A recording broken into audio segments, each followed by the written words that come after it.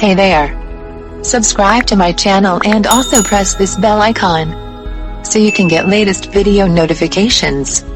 And this is absolutely free. What is the perfect business model? Of course, that will all depend on who you ask and on your personal preferences. But it's definitely very possible to make an exceptionally strong argument for dropshipping. This is a business model that has huge advantages over selling your own products, over becoming an affiliate marketer, and certainly over making money from adverts. It has all the strengths of each and none of the downsides of any of them. This is a business model that allows you to work from home and earn passive income, while at the same time building a big brand for yourself and selling real physical products. So why isn't everyone getting involved in dropshipping already? Why do so many people still choose to make money as an affiliate marketer instead? Well, the answer is simple. A lot of people still don't know what dropshipping is or how to get involved in it. Of course, this video series is going to change all that and help you to understand what dropshipping is, why it's so beneficial, and how to get started with it. By the end, you'll be running your own dropshipping business, making money by selling products with your branding on and without having to spend any money up front or take any form of financial risk. Didn't I say it was the perfect business model? So exactly what is dropshipping? Dropshipping is technically a fulfillment model. Fulfillment in a business term, of course, means delivery. So in this sense, dropshipping is the manner in which orders are delivered to customers. Normally, selling a physical product means that you need to buy numerous items and then sell them at an inflated price. The way you would normally do this is as a reseller. Here, you would buy wholesale items, inventory bought in bulk at a discounted price, and you would then sell it on at an inflated cost and keep the difference, and that's your profit margin. The problem with this model is you need to make a big investment in the stock, and then you have to deliver the products to your customers. This means you're taking a financial risk by ordering the stock in advance, and if you make zero sales, you can lose a lot of cash. You have to pay for the shipping and also handle all of the administrative tasks. You'll need to constantly take stock of your inventory, and you'll need to refund customers for deliveries that don't arrive. In short, it's a lot to take on for an individual hoping to run a business from home in their spare time. Dropshipping changes all this because now the wholesaler is handling delivery and they don't require you to order in bulk. So simple. You list the items for sale in your online store just like you normally would, and then when a customer orders them, you pass that sale on directly to the wholesaler. They then send out the product on your behalf and make sure it reaches the buyer, and you get the money. This might sound very similar to affiliate marketing, but there are a few key differences. For starters, the amount of money you earn will tend to be higher than affiliate marketing. When you operate as a reseller, the usual pricing method is something called keystone pricing. Keystone pricing essentially means that the amount you're selling the product for is twice the amount you pay the manufacturers. This is one of the most common conventions for this type of business, and to all intents and purposes, dropshipping businesses are resellers. The other big benefit of dropshipping over affiliate marketing is that you don't have to mention the existence of the dropshipping business at all. In other words, the customer never knows that it's not you who's selling the product. You're not sending them to another website where they can check out and buy the product. You're just selling them the product as though it were your own and forgetting about it. This is fantastic because it means that your business looks much more professional, and because you're no longer sending visitors away from your brand in order to make the sales. Hopefully, you can already see some of the big advantages of dropshipping. There are many more too, which we'll delve into in this video. Working as an affiliate marketer will often mean that you have to sell digital products in order to get the biggest profit margins. While it's true you can get 75% and upwards from affiliate networks like JVZoo, This will normally mean that you're limited to selling ebooks and online courses. This can be an effective way to run a business model, but it's also sometimes quite restricting. While digital products have many advantages, their appeal is not as broad as it is for physical products. For example, if you try and sell a digital product to your grandma, you'll probably have difficulty.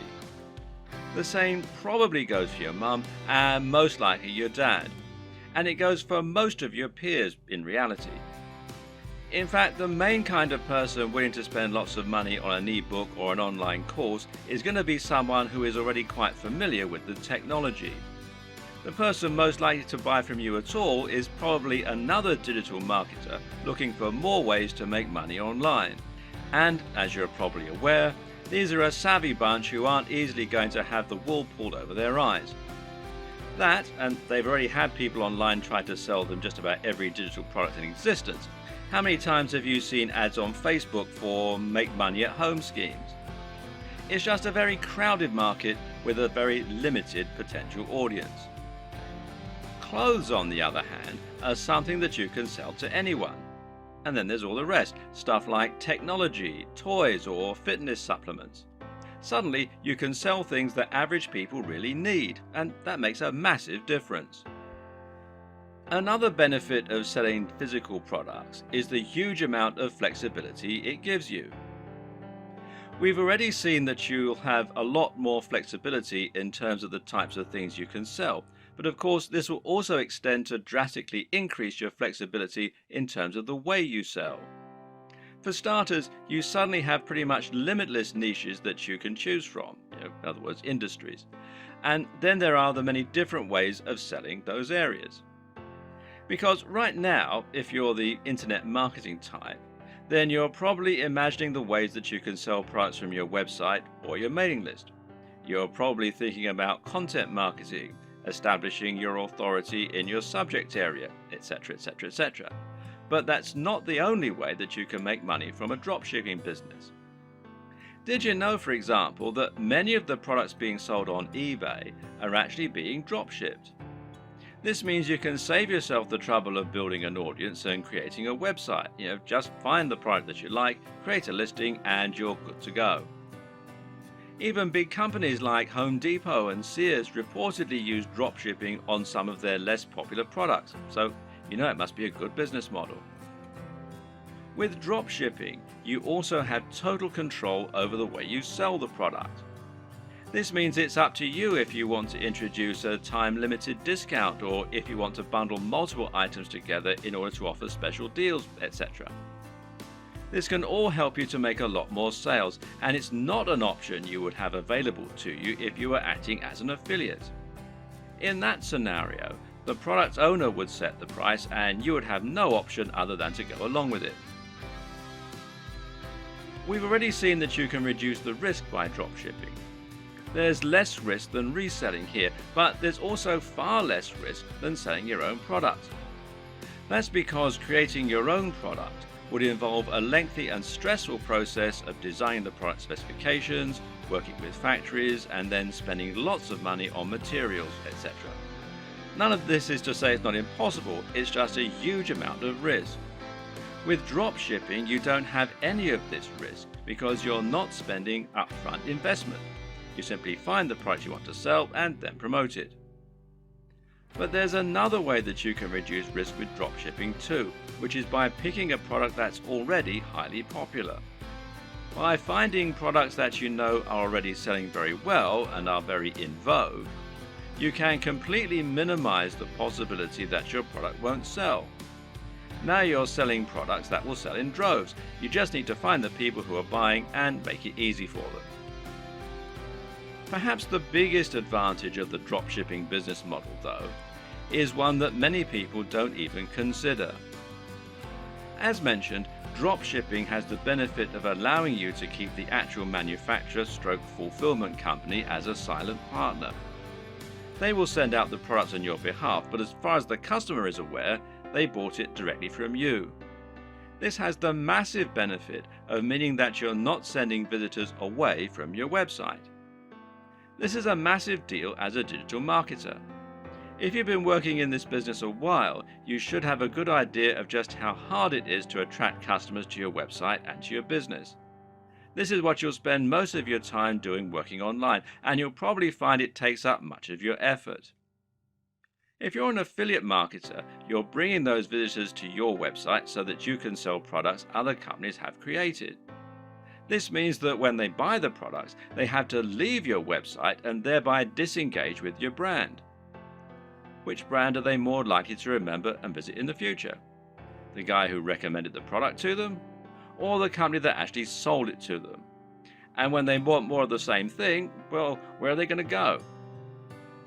Now consider this. How can they buy more products from you during the same session if you're actively sending them away from your site? Instead of being able to offer a smorgasbord of products that you hand-picked, you're now simply telling them to go somewhere else and buy one item. With a dropshipping business, you no longer have this problem. Now you can offer all the items you have for sale on your website from one spot and let your customer choose as many as they want, and then continue to buy from you. But that's not even the best part. The best part is that in some cases, the products you sell will even be able to have your company name on them. This is called white label dropshipping, with the white label essentially describing the packaging or the branding. So let's say you want to sell a supplement like creatine for your fitness website. With a white label service, the product will be developed with packaging that literally consists of a pot and a white label attached. That white label can have your branding printed right on it, meaning that to all intents and purposes, this is now your own product. In many cases, you can even choose a blend of ingredients that will go into the product. In other words, if you're selling a supplement like a vitamin tablet, you can select all the vitamins and minerals yourself and then add your own logo. If you don't sell a single item, you've lost nothing. But if you sell lots, you'll be making a profit at the same time as building your own brand and your own market presence. The big challenge when it comes to drop shipping, though, is finding a drop shipper. This is very clearly a business model that has more benefits for the marketer, and so, of course, not everyone is going to be eager to offer their services. How do you go about finding a drop shipper when they're in such short supply? Well, there are a number of options, but with any digital business, we tend to prefer keeping things simple and cheap. In this case, the best place for you to start is by looking at websites that act as directories for dropshippers, wholesalers, and manufacturers. One great site that will do all this is Alibaba, which you'll find here at alibaba.com. Another good one is Worldwide Brands, which you'll find here at worldwidebrands.com. The latter is probably preferable, as this specifically features dropshipping companies and has a large number of advantages for dropshipping businesses. For example, you can use this site to make sure that you're dealing with the real wholesaler. What does that mean? Well, it means that you can avoid making the mistake of signing up to sell products that someone else is dropshipping to you, thereby scraping profit from you. This is a common practice and one to be careful of when you're just starting out. Worldwide Brands is perfect if you plan on finding a dropshipping manufacturer quickly and selling their products on eBay or Amazon. The only problem with this plan is that there's a fairly hefty sign-up fee. Currently, it costs $249. Okay, so that's not astronomical, and this is a lifetime membership. But if you were attracted to dropshipping initially because you wanted a business model with zero overhead, then it might be a little off-putting, especially as your break-even point has now been pushed back further. So there is a free review though at the time that I'm making this video. So another option is to try Thomasnet, which you can find here at thomasnet.com, which, like Alibaba, has a selection of different types of manufacturers and wholesalers selling different types of products and different types of services.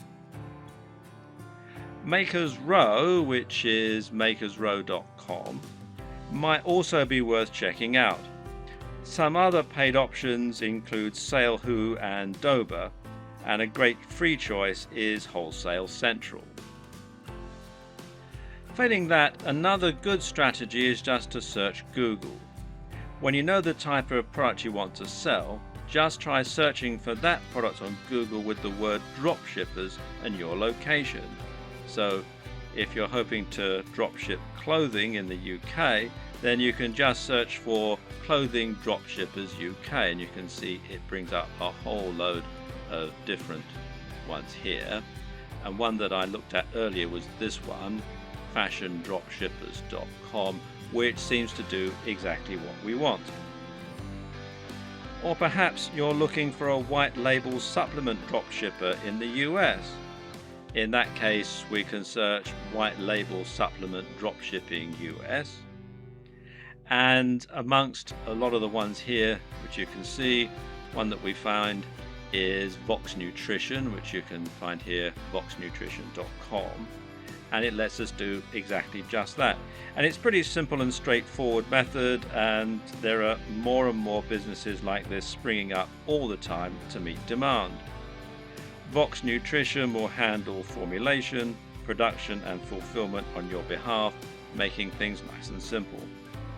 The third and final strategy for finding your online dropshippers is just to contact the companies you like directly. Find manufacturers for products you'd like to sell and drop them an email. Better yet, try messaging them via LinkedIn or a similar avenue and see if you can get them to respond that way. This way, your message will stand out from their crowded inbox. You could even visit stores in person and ask the owner if you could have the contact details for the company that sold them X product. And this works better for smaller, privately owned stores, of course. If the company doesn't already offer the dropshipping services you're looking for, then just explain to them the benefits and why you would like the opportunity to sell their products in this manner. In many cases, they will acquiesce and you'll be able to start selling a product that other online retailers don't have access to. Another tip for finding manufacturers that you can email directly is to look on eBay. Search for a product you'd like to sell, and if you notice there are lots of people selling the exact same item, then this is a sign that they're using a dropshipper. It could then be a relatively simple matter for you to track down that original manufacturer and contact them so that you can try to do business with them yourself. Note that many wholesalers and manufacturers don't have a great online presence. This means it can be necessary to dig really deep in Google or try looking at trade magazines and papers instead in order to help find your potential partners. When you're dealing with dropshippers, it's crucial that you do your homework and look and act like a professional. Now, here are some tips to help you do just that. First of all, you'll need a resale certificate. Not all, but many dropshipping companies will want proof that you're a real retailer and not a consumer before they do business with you. Their concern is that consumers will simply claim to be dropshippers or resellers so that they can get items on the cheap. To provide this proof, you might need an EIN number for your business if you're in the United States. And you can find out more here at the IRS website. The URL is quite long and complicated, so if you just go to Google and type in apply for EIN online, you'll be redirected to this particular site. Now, in other countries, obviously the regulations are different, so you need to look at the tax authority for your country. But again, a search in Google should be enough to point you in the right direction. You might also need a resale certificate, and you can find out more about those at this site here, which is wisegeek.org/what-is-a-resale-certificate.htm. If you're going to speak in person, then it can also be a good idea to familiarize yourself with all the terminology regarding dropshipping so that you don't sound like an amateur. You should also look out for fake dropshippers. When choosing dropshippers, there are a number of businesses you need to look out for. These are not really dropshippers in the truest sense of the word. You need to avoid these companies as they won't always get you the best deals and they might not be able to offer you the same kind of value as other organizations. Be aware of companies that want ongoing fees, which real dropshippers don't require. Likewise, be careful of companies that also sell directly to the public. These companies often aren't really dropshippers so much as resellers who are just trying to trick you into making a bulk order. While monthly fees and direct commercial sales are warning signs, there are a few caveats and requirements that you may need to go along with. We've already seen that many dropshipping companies will require you to provide a resale certificate, and likewise, you might find that you need to apply for an account before you can begin using their services, and this will normally involve filling out a form and explaining the nature of your business, and so on. Now, some companies also require you to place a minimum order for your first sale. This is another strategy they can use to drive away consumers, as well as merchants who are just window shopping and may not use their products in future. So, for example, you might have a minimum first order of $500, which is a little bit contrary to the entire concept of dropshipping, as you'll now have a bunch of inventory sitting around and the potential risk of losing that upfront investment. So, what can you do? Well, the best advice is to ask if you can use this initial expense as credit. Pay the first $500 and then use that amount in order to offset future sales until they've paid the full amount off. Drop them an email or speak in person to discuss this option. A lot of people just starting out are going to be very eager to find a partner to work with and will feel privileged when they get a positive response to their inquiry.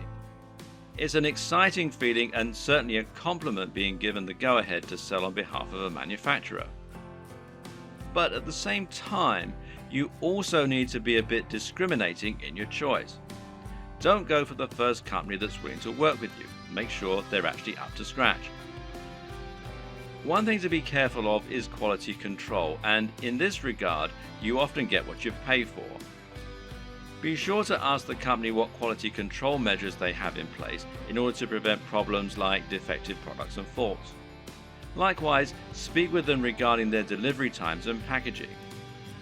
Remember that it's your reputation that's going to be riding on the quality of their products and service, so you need to ensure that you're happy with it. Another tip in this regard is to always ask for a sample of the product. If you have demonstrated their ability to sell and they truly are a big business, they should see it as a very small investment to provide a sample of what they're selling. If they won't, then order a product yourself as a customer. You really don't want to put your name to anything that you haven't personally checked out first. Now you have the basic idea of how dropshipping works and how you need to get started, you can begin to think about how you're going to build your own business. This all begins with choosing your product and choosing your industry or niche. The product, of course, is going to be the item that you intend to sell, and this is going to be dictated by the industry or niche that you choose to enter. An industry or niche is the subject matter that you intend to write on and the industry that you want to operate your business in. This is important. The choice is going to impact on everything from the price of your products to the type of person you'll be selling to the type of businesses you'll be working with. The reason we call it a niche, or niche as some people pronounce it, when talking about an online business, is that a niche is a particular category. This is not only your subject matter, but also the type of person who is going to be reading your content. It's very important that you choose this correctly because the niche will affect the size of your potential audience. When you choose a subject matter, you want it to be one with niche appeal. This means it's aimed at a particular type of person who is specifically interested in that type of thing. An example of a niche might be knitting. Now, if you have a blog about knitting and you sell knitting paraphernalia, only people who are interested in knitting are going to read your blog and buy from you. This way, you've cut out a niche for yourself rather than trying to appeal to everyone. That in turn means that you have drastically reduced the amount of competition you're facing. Now you don't need to compete with the biggest companies on the net, and you'll find that paying for things like AdWords advertising is considerably more affordable than it would be for a more general topic. Likewise, getting to the top of Google for relevant keywords like buy knitting gear online is going to be far easier than trying to get a general e-commerce keyword like shop online. The latter will put you up against mega companies like Amazon and pretty much every other online business on the net. But the problem with choosing a niche topic is that sometimes it can be too narrow, to the point where no one is interested in buying from you. If your niche is puppies with 3 legs, then you're going to have a very small number of amputee puppy owners who can buy from you. You'll find it relatively easy to dominate the search engines and to be the #1 supplier of products in that area. However, once you've sold to all 200 readers, well, you've pretty much reached the limit of what you can sell. On the other hand, a niche like fitness may be considered too broad. Buy fitness clothes online is a hugely popular search term that companies like Sports Direct, Sweaty Betty and Mountain Warehouse dominate. Even ranking for search terms like how to build muscle is going to be very difficult. The perfect niche or industry is one with a broad appeal, but which still gives you a unique twist. This way, you'll be able to appeal to a lot of people, but you'll also be able to avoid directly competing with the biggest competitors. This will also give you a better route to market, which is a term that describes any direct access you might have to your target audience. An example of a route to market would be a forum dedicated to the subject matter you're writing about, or an industry magazine. With all this in mind, how do you find the perfect niche for you? Well, there are a few things to consider. Now, a lot of people watching this are going to already have a blog or a website. In that case, the best niche is obviously going to be the one that you're already in. All you need to do is simply pick a product that your current readership will enjoy. You should already have their trust, so all that's left to do is to offer them products and explain how and why they can benefit from them. Then there's an area you're already interested in. This will often align with the last point, but you should always pick a niche that you find personally interesting. This makes a gigantic difference to the quality of the content you put out, to your ability to pick the best products, and more. Remember, as a blog owner, you're going to be required to write thousands of lines of content on this subject in order to demonstrate your expertise and to gain the trust of your voters. If you don't know anything about the niche, this is going to come across in your writing and you're going to find it a very dull job. On the other hand, if you have a legitimate love of the niche you're writing in, you'll find it no chore at all to write all that content, and you'll find it much easier to wow your readers with what you know. What's more, you'll have a better idea of how to pick a truly great product that will stand out and attract your audience. You'll have your finger on the pulse. There are also niches where you have an upper hand. Again, this relates directly to the previous 2 examples in many cases. Suffice to say that most of us will have contacts and advantages in some niches that give us an edge. Perhaps, for example, you happen to know the owner of a very big fitness website or of a very big fitness magazine. Knowing this person will thereby make it much easier for you to get a cheaper advert or maybe even an article inside the magazine. Now you can reach out to that audience directly and hopefully sell more product. Have a long think about your list of contacts and friends, and then consider finding a product that will let you make the most of those advantages. If you look at affiliate marketing, digital products and internet marketing as a whole, you'll notice that certain niches stand out as being far the most popular, and those are fitness, making money, and dating. Now, why are these the most popular niches? On the one hand, it's because they have the broadest appeal. But the biggest reason is that they offer the best value proposition. A value proposition is basically the way in which your business is able to offer value. This is the way that your products can change people's lives. What is the end result of owning your product? If you're selling a hairdryer, then what you're really selling is the convenience and dry hair. If you're selling clothes, then what you're really selling is the ability to feel good about yourself, to look sexy, and hopefully to thrive in your career and in dating as a result. This is what sells. Try and sell a book about cats and you're not really offering much beyond a few hours of entertainment. But sell a book about making money and you're selling a dream. By choosing a product that can really change people's lives, you're providing much more value, even if the manufacturing costs stay the same.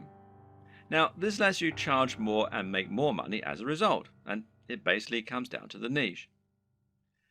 In order to tick all these boxes, one strategy you can use is to target a sub-niche, a niche within a niche. An example of this is targeting a specific type of person within the fitness niche. How about fitness for the over 50s or dieting for the diabetic? You could even do strength training for martial artists. In this latter example, you've actually combined two separate niches in order to offer something truly unique and interesting. Now you have your niche. The next thing to do is to pick an actual product. From there, you can find the manufacturer to help you provide it. The important thing here is there should always be a clear synergy between your branding, your ethos, and your product. That is to say, you should have a real affinity with the product and be selling it as an extension of your mission statement. What you must not do is simply find the first product you can sell within your niche and then go out and try to sell it. An example might be to create a fitness website, build an audience, and then sell a really basic protein shake that is already well known. Can this work? Well, sure it can, but why would people bother to buy from you when there are countless other sites where they can find the exact same thing, or when they can buy it down their local high street? Likewise, if you're selling a product that is obviously not your own and is so generic, it can actually hurt your trustworthiness. It's clear that you're trying to make money, which isn't a bad thing in itself, but you're not offering any unique value in return. You're just saying, oh yeah, and why not buy this generic product while you're here? On the other hand, if you can find a product that is somewhat new, somewhat different, and that mirrors your personal approach to fitness, to business, or whatever your niche is, then you can sell something that you really believe in and can get excited about. And this is something that will come across and make itself apparent for your visitors too. This is one reason why it can be so great to have a hand in helping design the product, as with a supplement, for example, where you get to choose the ingredients. Similarly, you can make money from selling a product that is a little lesser known and that you find particularly interesting and exciting. The best brands will be the ones that can grow with you. Find a company that's doing something new and exciting and express that you'd like to work with them. From there, you can then focus on growing and building your business. And this will help you to form a real relationship that's mutually beneficial and that your customers can appreciate too. Of course, there are many smaller considerations to keep in mind when selling your products. Should you sell a consumable, or should you sell something that will last a long time? Should you sell a product that's very expensive, or one that's very affordable? In the video on e-commerce and pricing, we'll discuss this in more detail, but suffice to say that it can make a lot of sense to sell multiple products in future, as that way you'll be able to benefit from multiple different types of business model and you'll be able to draw in a wider range of buyers. Having a range of prices means you can cater to people with all kinds of budgets and build some loyal customers who might increase their average spend with you over time. For example, a cheap consumable has the distinct advantage of being something that will keep your visitors coming back. If you sell a protein shake, for instance, then your buyers will probably want this about once every month. If you provide a reliable service and appealing prices, then this is an excellent way to get repeat business and to have a recurring income, which in turn will be highly convenient by letting you make more concrete plans for your budgeting, etc. Another option is to run a box business. Now, these are businesses that sell selections of products on a recurring basis. Someone will subscribe to your business and you'll send them a package containing a set number of products each month. This could be a range of different items, or it could be one thing. Loot Crate, for example, is a business that sends pop culture merchandise to comic book and games fans. Part of the fun of this service is that they never know exactly what they're going to get, but it will always be something interesting and exciting. Then again, you also get men's grooming services that send the same selection of consumable razors, shaving foams, etc. to their customers every month. This is a different way to create your dropshipping business, one that allows you to add some real extra value and also to promote the products of your partners in an exciting way. There are many other ways you can add value too, whether it's providing freebies like some kind of PDF, offering the best discounts, or somehow upgrading the product you're offering before it reaches the customer. Whatever you decide, the big question to ask yourself is, what value are you providing? What are you offering on top of the products themselves? How are you providing value not only for the customers but also for the suppliers? And what advantages do they get by coming to you instead of going to somewhere like Amazon? Finally, of course, you need to ask yourself what types of products will sell well. And this is particularly important when you first start out and you perhaps only have one item to begin with. If you're going to begin your store with just one item, then it's highly important that this one item be something that will sell well and get your business off to the best start. And the best way to do this is to pick something that has a very clear function and which is easy to explain. Solve the problem that your visitors have. What do people in this niche need? And how can you solve that issue for them? If you can answer this, you should have no problem selling your first item as long as it's well made and as long as you're persuasive enough to make it sound amazing. If you already have a website and an audience, then you can skip this video. Otherwise, it's crucial that you keep watching in order to ensure that your brand is aligned with your business model and the product you're selling. A good place to start is by asking what exactly a brand is. A brand is much more than a logo. Rather, it's an ethos, a mission statement, and an approach to business. The logo simply tells people that the product or service they're receiving adheres to the same standards as whatever else they've used from you in the past. You start your brand by choosing why you do whatever it is you do. Why should people care about your business? How are you different from other companies offering the same thing? How do you want the world to change as a result of your business being a part of it? This is what allows a company like Apple to capture the imaginations of billions of people and to create such loyal customers. Apple isn't just about selling hardware. It's about selling beautiful hardware that feels personal and that is aimed very much at creative, rule-breaking individuals as opposed to big businesses. When the first Apple computers were released, the only real competition was IBM. And by taking this stance, Apple was able to differentiate itself a lot and get a lot of excited followers as a result. The same goes for many businesses that are setting out to create a greener planet. These companies are doing something more than just making money, and their fans love them for it.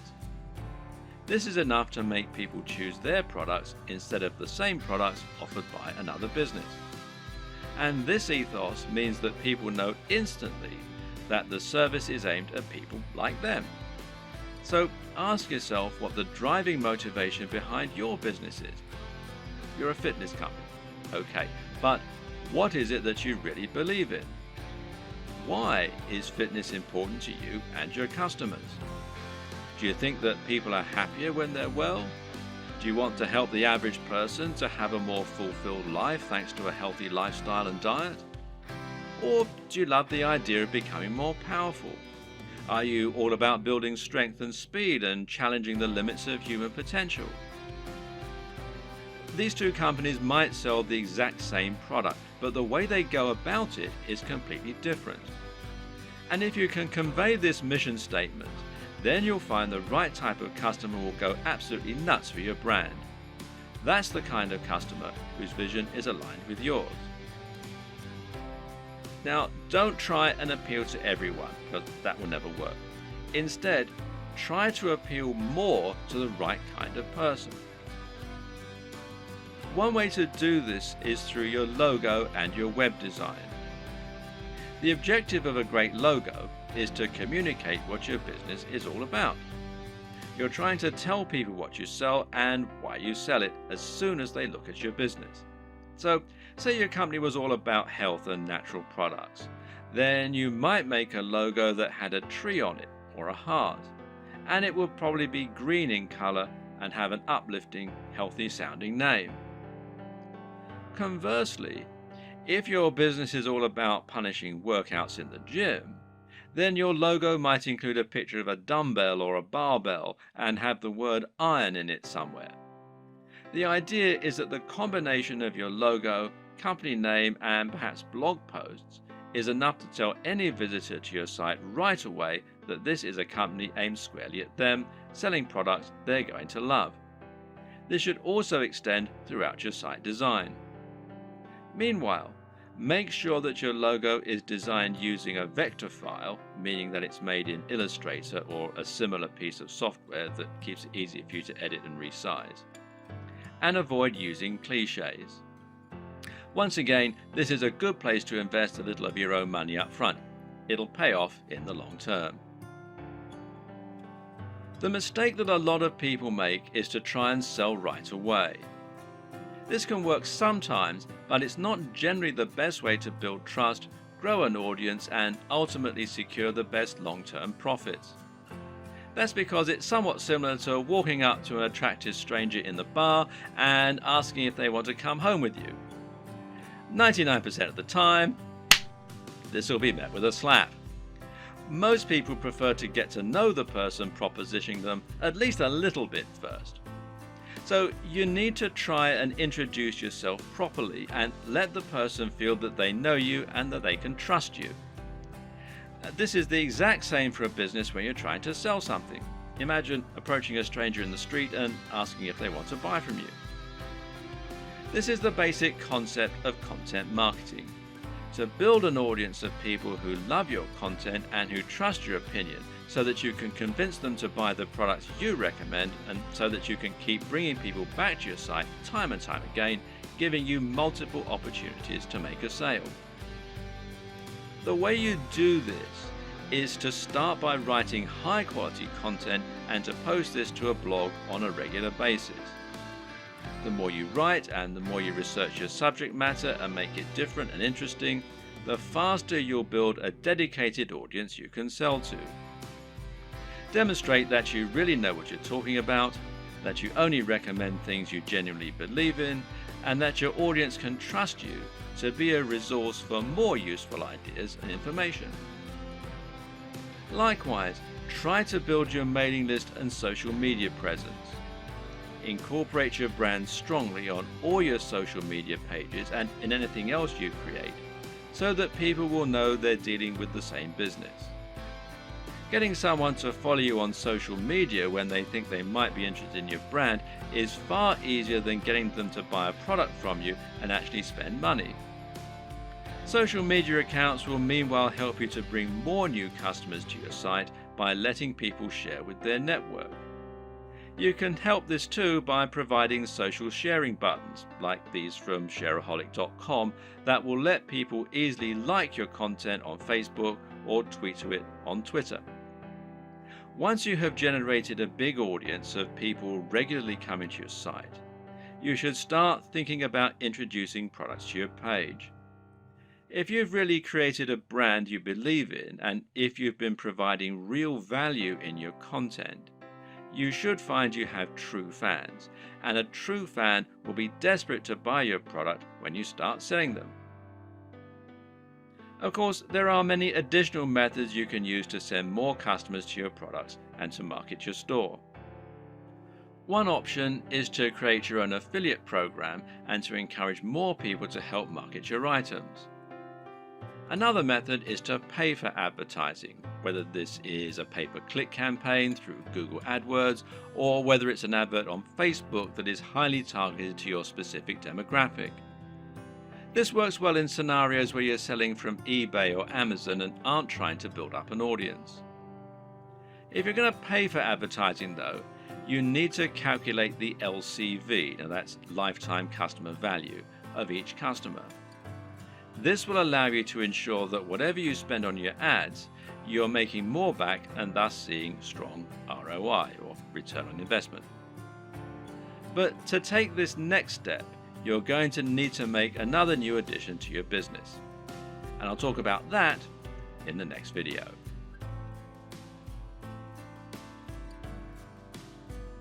Once you've chosen your products and niche and built an audience, the next step is to create your own e-commerce store. This is an online storefront where you can show your different items and encourage sales. Being successful here is not just a matter of choosing the right design to begin with, but also thinking about how you're going to arrange and price your items to help them move. This ultimately comes down to a lot of psychology. When it comes to e-commerce website design, there is a single overriding goal which isn't always true of a regular site design. Of course, that objective is always to try and increase sales and increase profits, and this is probably actually more important. You'll also want it to look attractive, to be functional and easy to use, and to represent your brand in the right manner. But this is really just in service of creating a web design that helps you to make more sales.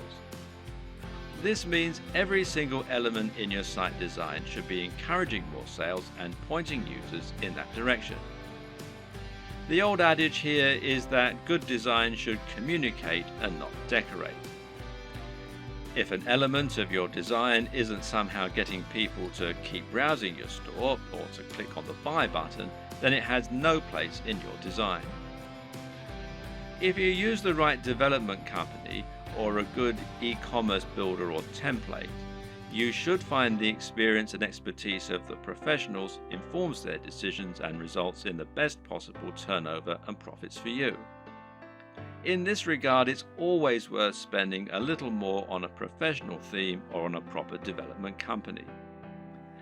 Unless you're a professional designer yourself, you won't be able to compete with an entire organization made up of experts who have the very best tools and the most experience. And any lack of professionalism in your site design is going to reduce the trust in your brand and make visitors less likely to buy. An e-commerce store, more than any other design, needs to look professional and have a sense of polish and sheen.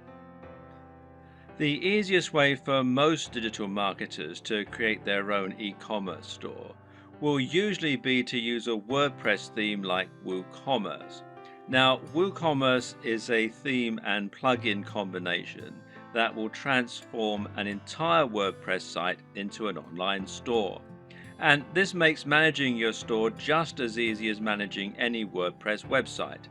You can still get a professional design for your site meanwhile by hiring a professional designer to create your theme for you, or by buying one that you really like the looks of and you think will fit your brand.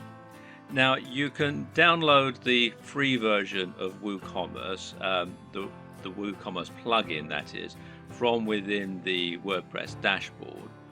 Or you can buy the paid for version and you can buy the themes from woocommerce.com.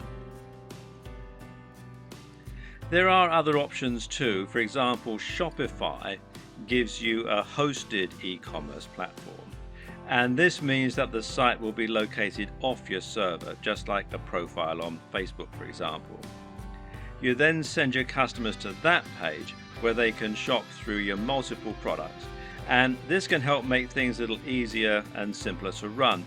But it does ultimately mean that you lose a little of the freedom and flexibility that comes, with terms of your website design and how it all looks and how it all works, etc.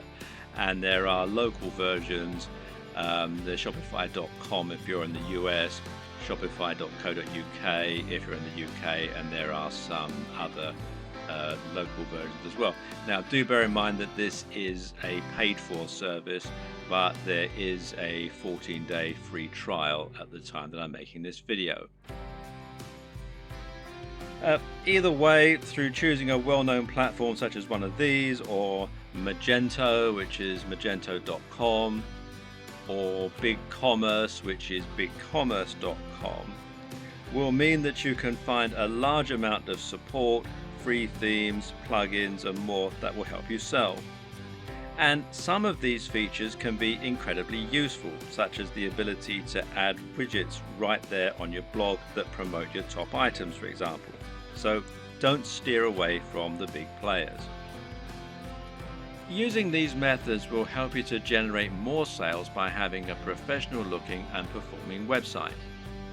Nevertheless, it's still always useful to understand the theory and principles behind it so that you can continue to implement best practices yourself, especially when it comes to aspects that fall outside the realm of design, such as price. Now, here's how the right combination of pricing, positioning, and design can help to make your items sell more effectively. And the first is contrast. Now, contrast can of course be aesthetic, and making choices such as using red buy buttons against a white background is a great way to make a particular element stand out and get more clicks. And this also comes down to color psychology, but we won't go into this right now. The other type of contrast refers to the way that you position items next to one another, with the objective being to place expensive items next to cheap ones. Why? Because this makes the cheap items appear even more affordable and the expensive items appear to be even more premium.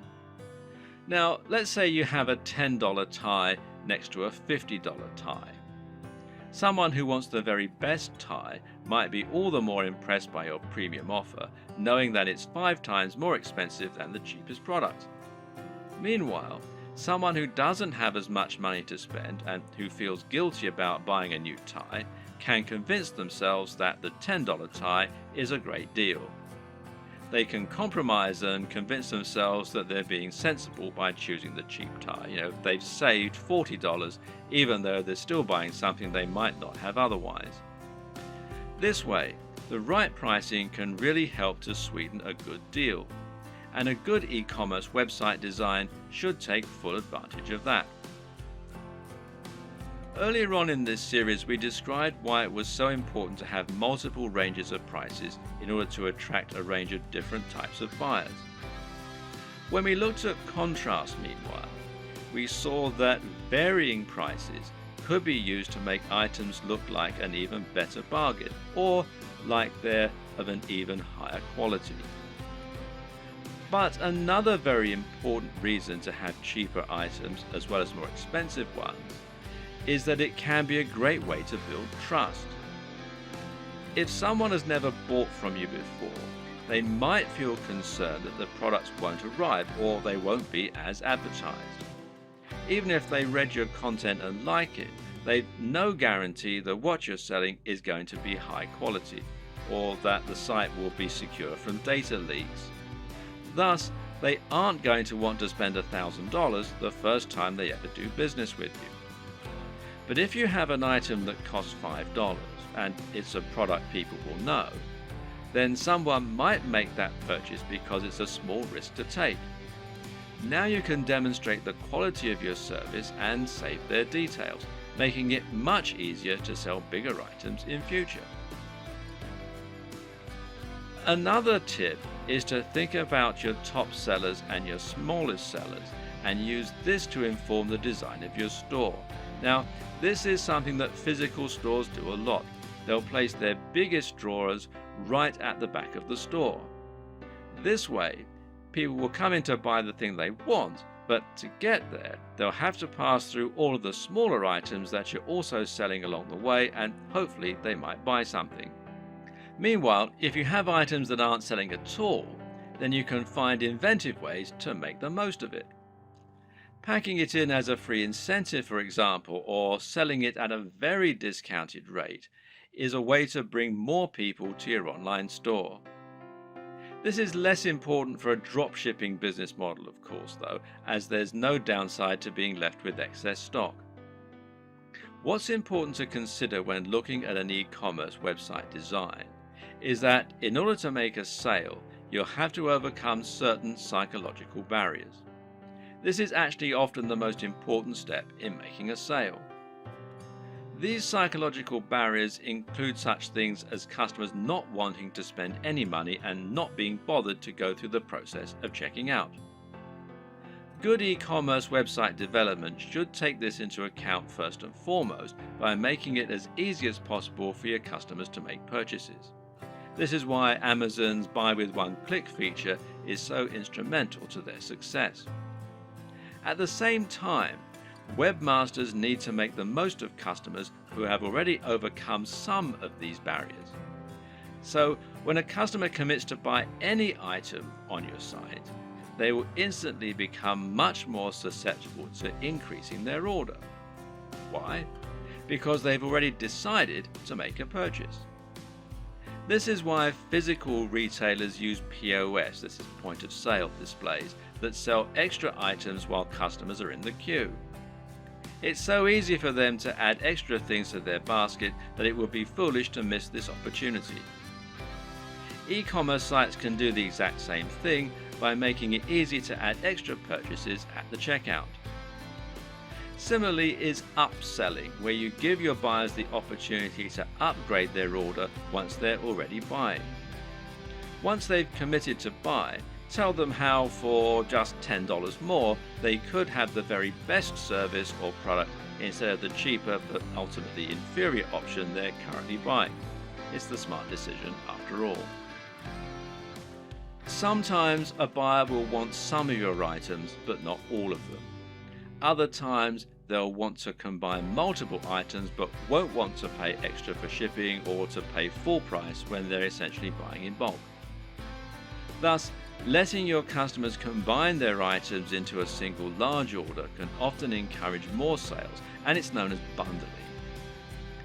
What's great about bundling is that it can also be used to sell additional items that they perhaps wouldn't otherwise have bought. Adding extra items to bundled packages is also a great way to shift unsold stock.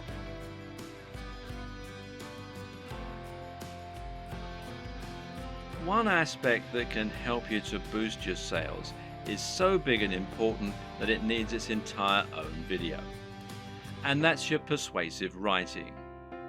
This is what you use to sell your individual items in their store listing, but it's also what you use on a sales page to promote items that are of a particular high value and that you really want to shift. The first and most important tip is to capture the attention of your readers as quickly as you can. This means you should use a bold statement, perhaps capitals, and you should address the reader directly. Now you can get the body you want, and that works much better than a quick workout for burning fat. Asking a question is also a common and effective method because it forces the reader to engage with the text by thinking about the answer. Hence, are you sick of feeling tired and unfit? The problem with this, though, is it can seem a little too obvious as an in-your-face marketing technique. An even better strategy, then, is to use a narrative structure for your opening. In other words, structure your text like a story. That way, people will want to know what happens next, and the text will seem inherently much more interesting. This is true because we're so used to reading stories. We've been listening to stories for centuries, and as a result, they're always an effective tool for getting people to listen. They're also easier to make emotionally resonant. A great opening might be, "I was unhappy with my body and looking for answers. little did I know the solution would lie in an ingredient found in most diets already. You should also use headers and enable skimming. The reason this point is so important is that most people are in a huge hurry, especially online. Attention spans are short and no one wants to wait around to read a huge ream of text that's just trying to sell them something. Another way around this issue is to make your text skimmable. A good way to do this is to use lots of headings. Ideally, a visitor should be able to just read your headings and still understand the entire pitch. Addressing the reader directly is particularly useful because we have evolved to pay attention to things we think concern us. At the same time though, you should also take this further by thinking of more ways that you can use to make your text personal. In particular, this means using a personal interest story. Explaining how your product works by saying how it has helped someone else or even you. And this works much better because it means the reader will be able to imagine how it's going to affect their life, and because they'll be more likely to connect with what you're offering on an emotional level. Earlier in this series, we discussed the importance of value proposition. This is something you should always keep in mind when selling. How do you make the product applicable to the reader? How do you give it emotional weight? Well, try to get them to imagine what life will be like once they have your product, and this will make them want it more. When someone reads your text, they're going to know you're trying to persuade them, and so they'll be on the defensive. They'll be thinking of all the reasons why what you're saying probably isn't true.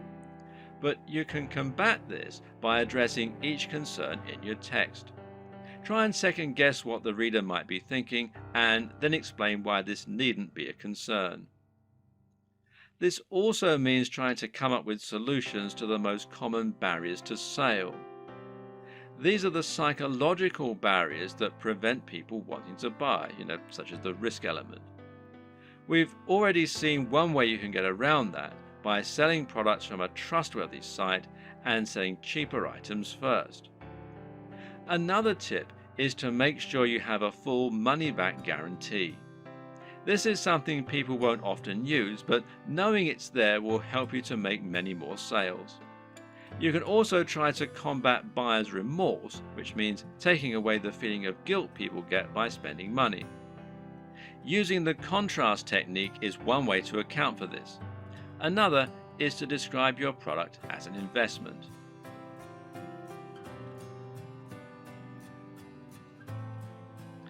Ultimately, the best way to start building your dropshipping business is to start by selling a product from your site and then to experiment and grow from there.